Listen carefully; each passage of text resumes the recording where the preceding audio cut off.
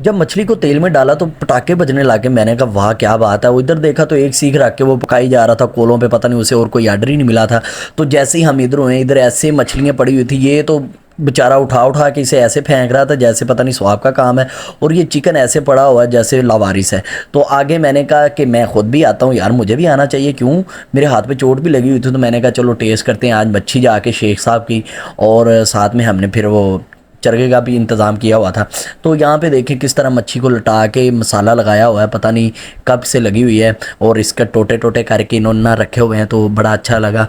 तो यहाँ पे हम बैठे हैं तो भाई ने चटनी मंगवाई और टेस्ट किया, सारी कोली कल्ला ही पीट गया। तो आगे फिर हमने अपना सामान लगा लिया, वैसे मछली का पीस लगवाया और 3 चटनियाँ दी उसने फिर, और हमने ये पीस खाया। ये देखे किस तरह ये टूंडा सा पीस हुआ है, कैसे लमक रहा है। तो ये मछली का पीस भी आपने देखा छोटा ही लगवाया, क्योंकि गर्मी है अभी, तो इस वजह से हमने फिर थोड़ा सा खाया, तो ज़्यादा नहीं खाया। ये देखें कि क्या मामला है। अब इस पीस को टेस्ट करने की बारी आई, तो अभी मैंने हाथ ही लगाया तो मुझे गर्म लगा। मैंने कहा उई माँ, ये तो कितना गर्म है यार। तो मैंने वैसे ही छोड़ दिया, फिर मैंने इसे पकड़ा, लेकिन फिर मैंने इसके टोटे टोटे करके खाना स्टार्ट किया। ये देख रहे हैं आप, मैंने दूसरा भी रायता मंगवाया यार, मुझे वो अच्छा नहीं लग रहा था।